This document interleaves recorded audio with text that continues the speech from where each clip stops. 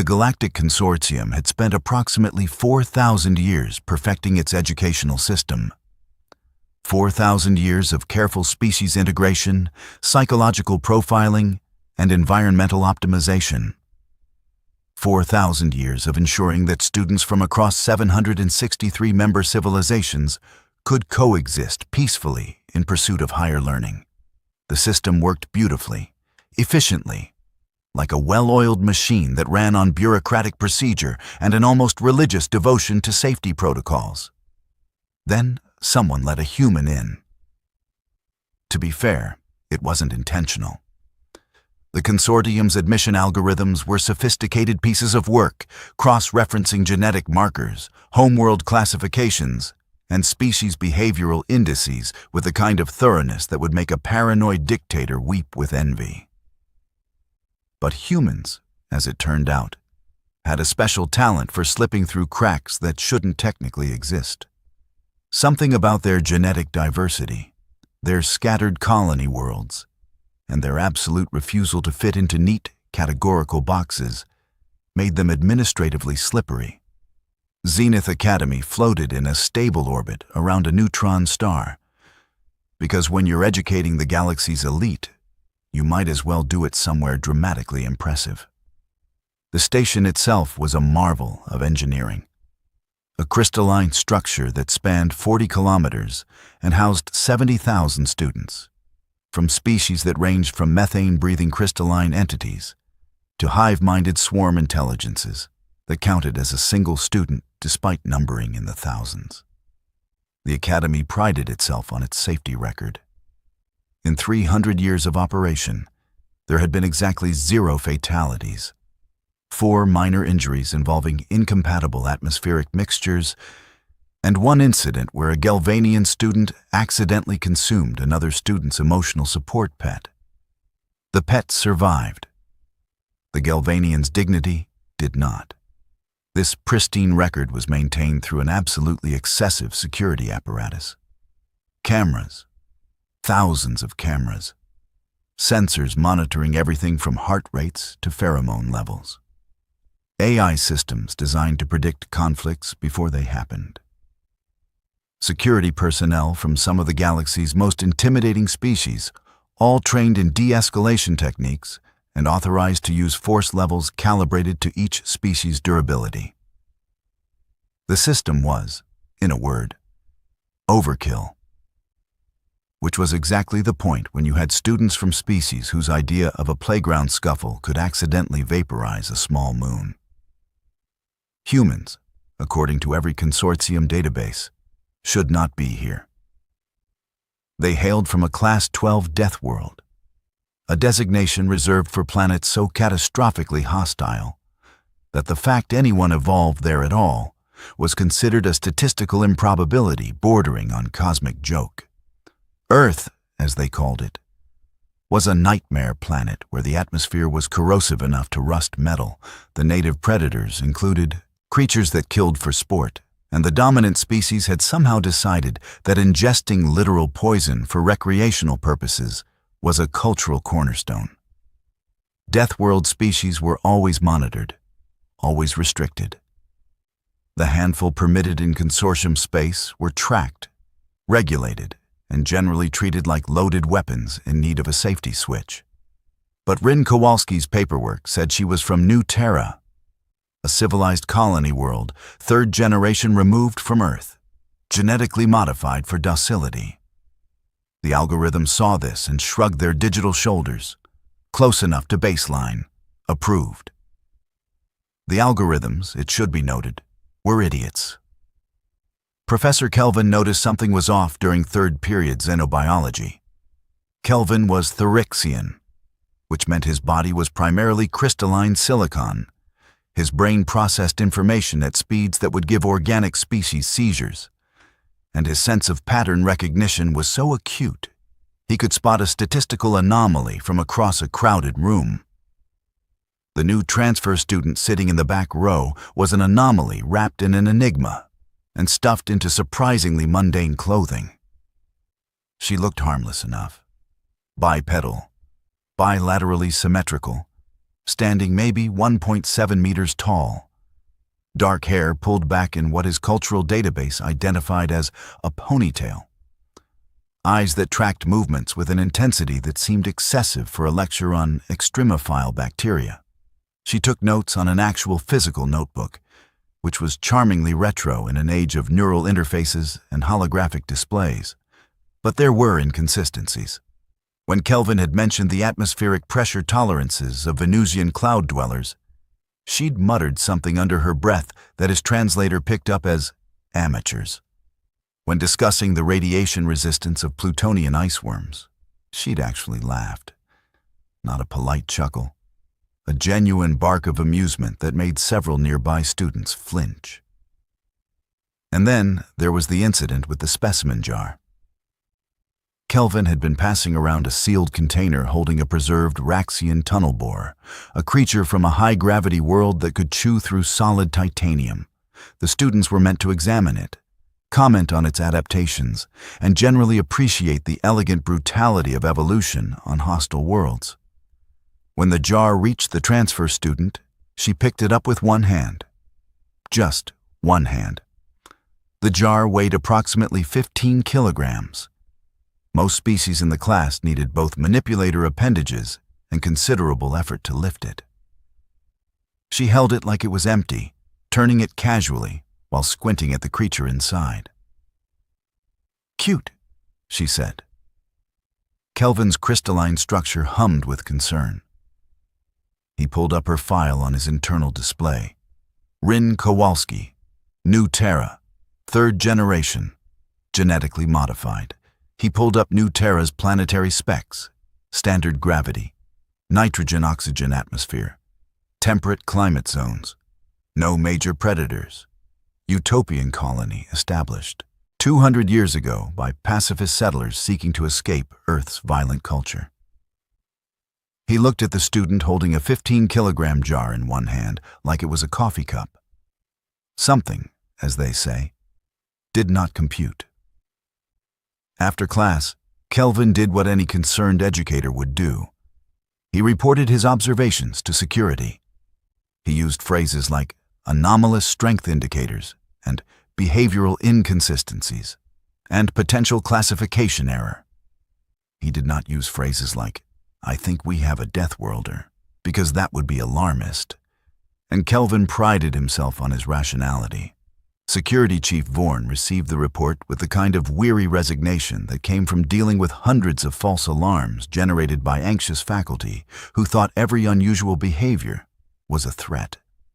Vorn was Krillian, which meant he had an exoskeleton that could shrug off small arms fire, compound eyes that could track multiple targets simultaneously, and a thorough commitment to protocol that bordered on religious devotion. He pulled up the student's file. New Terra, 3rd generation, modified. Everything looked fine. He pulled up the security footage from xenobiology class. Watched the girl pick up the specimen jar. Watched her hold it one-handed while she examined it. Vorn's mandibles clicked thoughtfully. He ran a biomechanical analysis. The jar weighed 15 kilograms. The lift she executed required approximately 3 times the strength that a new Terran should possess. Either she was augmented, which would have shown up in the medical scans, or... Vorn pulled up Earth's classification. Class 12 Deathworld. Gravity, 9.8 meters per second squared. Atmospheric composition, 21% oxygen. Native predator count. Oh look, literally everything including the plants. He pulled up New Terra's specs again. Gravity, 7.2 meters per second squared. Atmospheric composition, 19% oxygen. Native predator count, 0 by design. Someone from New Terra shouldn't be able to lift 15 kilograms one-handed without effort. Someone from New Terra shouldn't look at a tunnel borer and call it cute. Someone from New Terra shouldn't have the kind of casual situational awareness he was now noticing in the footage. The way her eyes tracked every movement in the room. The way she'd positioned herself with her back to the wall and clear sight lines to both exits. Someone from Earth would. Vorn clicked his mandibles again, this time with more agitation. If they had an undeclared Deathworlder on station, protocols demanded immediate containment. Not because humans were necessarily violent, but because they were unpredictable. Because their threat assessment was calibrated for a world that was actively trying to kill them. Because an Earth-born human in a crisis situation would respond with the kind of overwhelming force that their home planet had taught them was appropriate, which in civilized space was considered catastrophically excessive. He needed to verify, quietly, professionally, with absolutely no room for error, because if he was wrong, he'd be the security chief who racially profiled a student. And if he was right, he'd be the security chief who let a Deathworlder wander unsupervised through the academy for 2 weeks. Vorn assembled a team, 4 officers. Tix, a Morvellian with 6 arms and sedation glands. Vrana, a Quelix whose crystalline body could absorb kinetic energy. Holst, a Draxian with built-in stun capabilities. And Quib, a Feluvian whose psychic abilities could calm aggressive intentions. Overwhelming force meeting careful de-escalation. By the book, professional. They found her in the common area during lunch period. The common area was a massive amphitheater-style space where students gathered between classes. It could hold 5,000 individuals comfortably, with environmental zones for different atmospheric requirements and gravitational preferences. Currently, it held maybe 3,000 students, scattered in species-specific clusters, the air filled with the multilingual hum of conversation translated through personal devices. Rin Kowalski sat alone at a table in the universal gravity zone, eating something that looked disturbingly like actual meat. Real meat from an animal, not synthesized protein.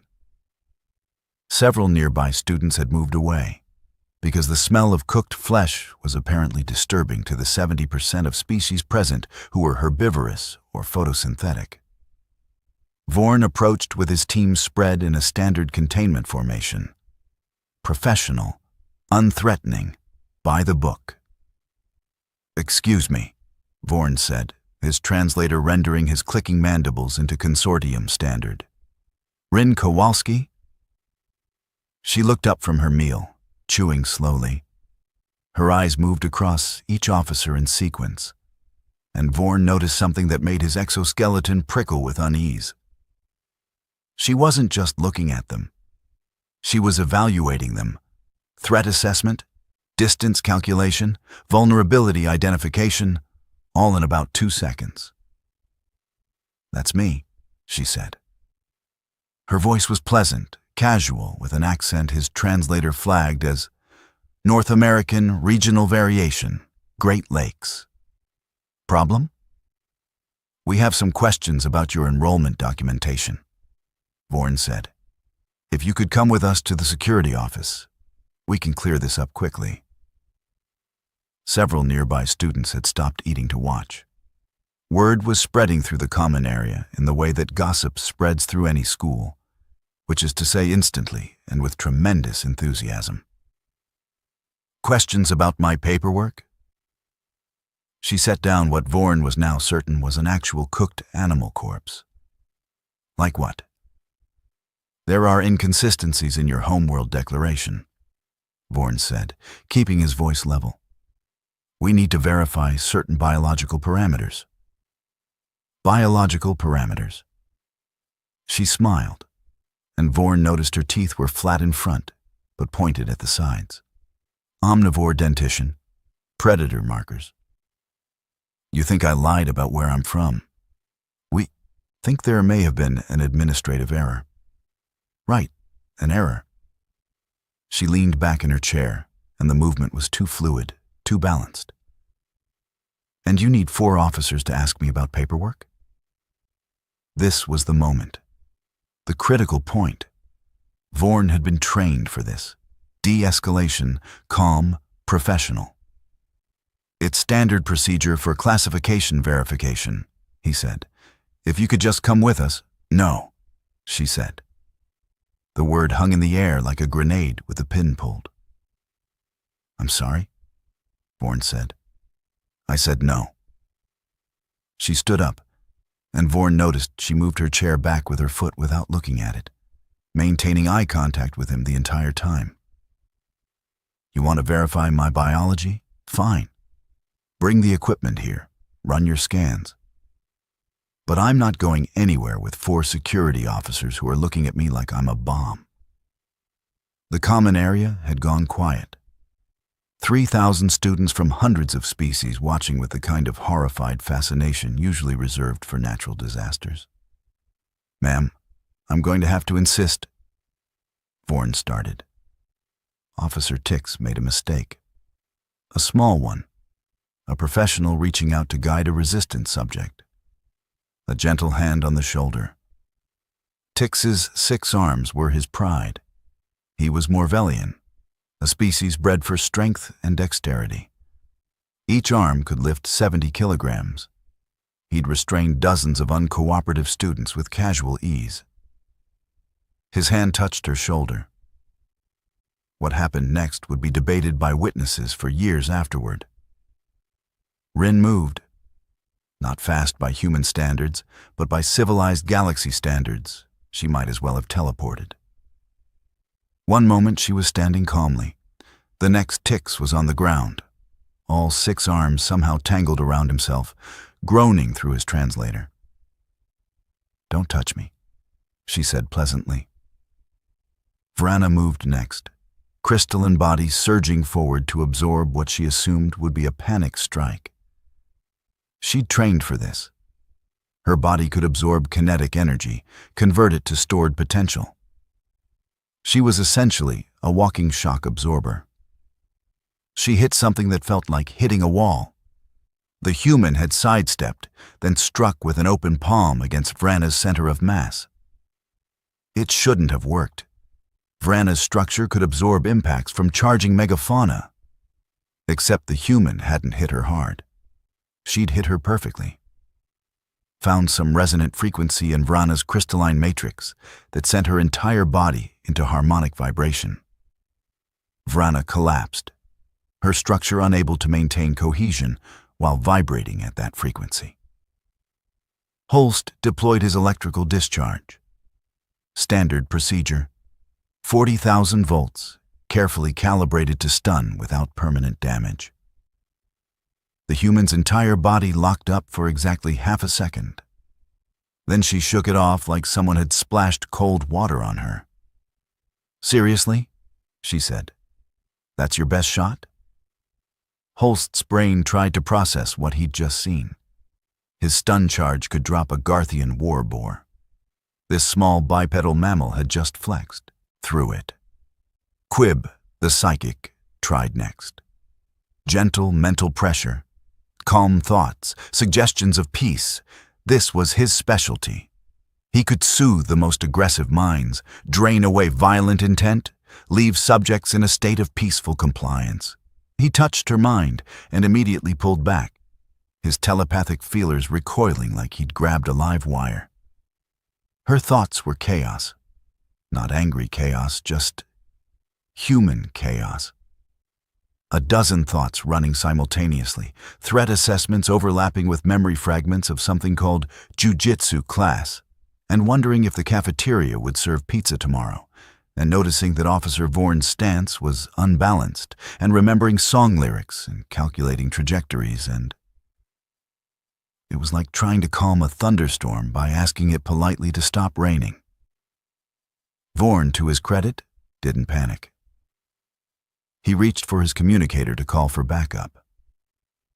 That's when the cameras shut down. Not just the cameras in the common area. All the cameras, every sensor, every monitoring device in a 50-meter radius just went dark. Clean electromagnetic pulse, perfectly calibrated, absolutely illegal. In the 4.7 minutes before the systems rebooted, something happened in that common area. Exactly what happened would depend on which of the 3,000 witnesses you asked. According to a Voluvian student, the human moved like water. flowing around the security officers' attempts to restrain her, putting each one on the ground with minimal effort before calmly sitting back down to finish her meal.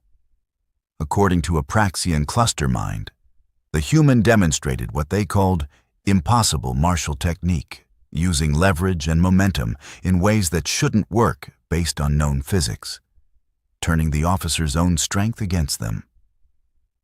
According to a Quelix observer, the human didn't fight at all.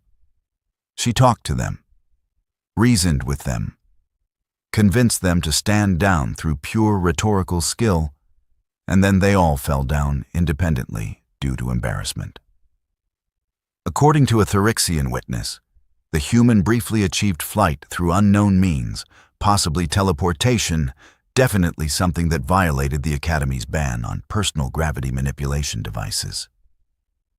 According to 17 Jaluvian students, nothing violent happened at all. There was a polite discussion, everyone remained calm, and the security officers accidentally injured themselves through clumsiness. According to the human, when asked later, "They tried to grab me. I defended myself. That's it." When the cameras came back online, 4 security officers were on the ground in various states of disarray. Tix was still untangling his arms. Vrana was vibrating softly, trying to stabilize her matrix. Holst was staring at his discharge ports like they'd personally betrayed him. Quib was sitting cross-legged on the floor, radiating psychic confusion. Rin Kowalski was sitting at her table, eating her definitely real meat sandwich, looking utterly unbothered. Vorn was standing at attention, mandibles locked in what his species used to express profound professional embarrassment. The common area was silent, except for 3,000 students trying very hard not to make eye contact with anyone else. The aftermath was, in a word, spectacular. In several other words, a bureaucratic catastrophe of unprecedented proportions. Dean Morpheus was Quilaxian, which meant he had 7 tentacles, bioluminescent communication patches, and a temperament that had survived 600 years of academic politics through sheer patient determination. He had seen budget crises, accreditation challenges, and that one incident with the Gorvalian exchange student who'd tried to unionize the cafeteria workers. He had never seen 4 of his security officers get systematically dismantled by a single first-year student in broad daylight in front of 3,000 witnesses, while every security camera mysteriously malfunctioned. The reports were contradictory, magnificently, artistically contradictory. He had 47 different witness statements describing 47 different events. Physics-defying combat, peaceful negotiation, mass hallucination, coordinated lying to protect the student, coordinated lying to protect the security team, alien mind control, actual sorcery. The only things everyone agreed on: the human had not thrown the first punch, and the cameras had absolutely definitely malfunctioned at the most convenient possible moment. Morpheus pulled up the technical report on the camera failure. Electromagnetic pulse. Highly localized, extremely sophisticated. Required either military-grade equipment or intimate knowledge of the Academy's security grid. He looked at the student sitting across from his desk, looking entirely too calm for someone who just committed what might be 7 different categories of assault. "Miss Kowalski," he said, his translator rendering his bioluminescent pulses into a voice of patient authority. "Would you like to explain what happened?" "Sure," she said. "Your security team tried to illegally detain me based on species profiling. I declined. They attempted to use force. I defended myself using reasonable and proportional response. Then I sat back down and finished my lunch. The cameras malfunctioned." "Did they? That's weird. Technology is so unreliable these days. 4 officers required medical attention. I'm very sorry to hear that. I hope they're okay. But I did tell them not to touch me." Morpheus had not survived 600 years in academic administration by being easily frustrated. He changed tactics. Your paperwork says you're from New Terra. That's correct. Third generation, genetically modified for reduced aggression and enhanced social compliance. That's what it says. But you're not from New Terra, are you? The student smiled. It was not a threatening smile. It was worse. It was the smile of someone who knew exactly how badly they'd beaten the system and was enjoying every second of it. My paperwork is accurate, she said. I am third generation from Earth settlement. My grandparents helped found New Terra. I was born there. All of this is documented and verified. But you were raised on Earth. I spent summers with my other grandparents. Is that illegal? You have Earth normal strength, Earth normal reflexes, Earth normal threat response patterns. I exercise. I had good teachers. I'm alert in unfamiliar environments. These are personality traits, not crimes. Morpheus's bioluminescence flickered with what in his species indicated grudging respect. She was right. Technically, absolutely, legally right. Her paperwork was accurate. She was New Terran by birth. The fact that she'd spent significant time on Earth wasn't something the admission algorithms checked for. The fact that she clearly had the physical capabilities and combat training of an Earth-born human wasn't illegal if she hadn't actually caused any permanent harm. You put 4 security officers on the ground. I defended myself against unlawful detention. The consortium's own regulations permit reasonable self-defense when security forces act outside legal authority. Your officers had no grounds to detain me. They admitted as much when they said they only had questions. Questions aren't grounds for forced removal to a security office. She'd done her homework.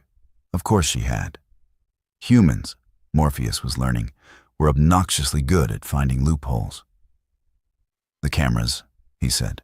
What about them? They malfunctioned at a very convenient moment.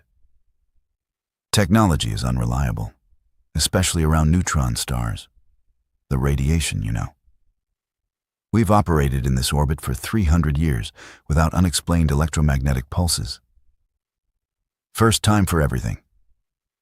She leaned forward slightly. Dean Morpheus, I'm a registered student. My paperwork is in order. I haven't violated any Academy regulations. Your security team tried to detain me without cause, and I defended myself. If you want to press charges, go ahead. But you should know that doing so will require you to submit all evidence to consortium legal review. And right now, you have no evidence because your cameras mysteriously malfunctioned. What you do have is 3,000 witnesses with 47 different stories, none of which are going to help your case. Morpheus felt the particular kind of frustration that comes from knowing someone is absolutely running circles around you and being unable to do anything about it. The Galactic Consortium's restrictions on Deathworld species exist for a reason, he said quietly. I'm not a Deathworld species, she said. I'm a colonial citizen, third generation, modified lineage. According to your own classification system, I'm baseline adjacent at worst. But you're not, are you? You're full Earth normal. Prove it. She smiled again. You'd need genetic testing, which requires my consent, which I'm declining to provide. So unless you want to violate about 16 different consortium statutes regarding biological privacy rights, she had him, absolutely had him, and they both knew it. Morpheus made a decision, the only decision he could make, really. You can stay, he said. Your enrollment stands. However, you will be monitored closely. Any hint of excessive force, any indication that you pose a danger to other students, and you're gone. Clear? Crystal, she said. Though I should point out that monitoring me would also require my consent under privacy statutes, and get out of my office. She left, and Morpheus spent the next several minutes staring at his desk and wondering if retirement was really such a terrible option. The Galactic Consortium's Educational Oversight Committee reviewed the incident with the kind of obsessive detail that only bureaucrats can achieve. They examined reports, interviewed witnesses, consulted legal precedents, and generated 17,000 pages of documentation. Their conclusion: insufficient evidence for disciplinary action. The student's paperwork was in order. The security team had acted precipitously. The camera malfunction was unexplained, but not impossible. Case closed. They did, however, issue new guidelines: enhanced screening for colonial world applicants, mandatory genetic diversity analysis, revised protocols for handling students from high-gravity worlds. The guidelines were comprehensive, thorough, and would be absolutely useless the next time a human figured out how to slip through the cracks. Because here's the thing about humans that the Galactic Consortium was slowly, painfully learning. They were good at systems, understanding them, working within them, finding the spaces where the rules didn't quite connect, and exploiting those spaces with creativity that bordered on art. The restrictions on Deathworld species assumed that danger came from violation, from breaking rules, from stepping outside boundaries. Humans didn't break rules. They bent them, twisted them, followed them so precisely that they ended up somewhere completely unexpected. Rin Kowalski remained at Zenith Academy. She attended her classes, maintained a respectable grade average, and never once caused another incident that required security intervention. The 4 officers who'd attempted her detention were quietly reassigned to what the consortium delicately termed administrative roles, which was bureaucratic code for desk duty in a closet where they can't embarrass us further. Professor Kelvin continued teaching xenobiology, though he now had a fascinating case study about threat assessment and the dangers of assumptions based on paperwork. He never mentioned the student by name, but everyone knew. Security Chief Vorn implemented 17 new protocols, installed additional cameras, and developed a stress condition that his doctor attributed to excessive professional caution. The cameras, it should be noted, malfunctioned with suspicious regularity whenever certain students were in range. 3 months after the incident, Morpheus received a message through official consortium channels. It was from Earth's diplomatic delegation, the small office that handled the handful of humans permitted in civilized space. The message was brief. Thank you for accommodating our citizens. We appreciate your understanding that bureaucratic classifications don't always capture individual variation. We're confident Ms. Kowalski will be an excellent ambassador for human consortium relations. The message was polite, professional, and absolutely insufferable in its smug assumption that Morpheus had any choice in the matter. He filed it in his deeply frustrating but technically correct folder, which had gotten noticeably thicker since humans started applying to consortium institutions. On a Tuesday afternoon, about a year after the incident, Rin Kowalski sat in the common area eating lunch. Real meat again, because she discovered that the horror it inspired in herbivorous species gave her a comfortable amount of personal space. A small device sat in her pocket. Military-grade EMP generator, highly illegal, compact enough to fit in her palm. She'd built it herself from components that were individually legal, but collectively prohibited, because humans were good at that sort of thing. She'd used it once, might need it again someday, or might not. The point was having options. A group of first-year students, freshly arrived, were clustered nearby. She heard one of them, a nervous Quelix, asking about the human in their comparative anatomy class. "Are they dangerous?" the student asked. An older Therixian, crystalline structure pulsing with amusement, answered, "Humans? Nah, they're harmless. Just follow the rules. Don't surprise them, don't threaten them, and definitely don't try to physically restrain them. Do that and you'll be fine." "But you heard a story, urban legend. Something about a security incident, all rumors. Humans are basically harmless." Rin smiled into her sandwich. The Galactic Consortium had spent 4,000 years perfecting its educational system. 4,000 years of safety and security and careful classification. And somewhere in all that perfection, in all those rules and regulations and monitoring systems, humans had found a space, a loophole, a way to be exactly what they were while technically being something else entirely. The system worked beautifully, efficiently, like a well-oiled machine, right up until it didn't. And the cameras,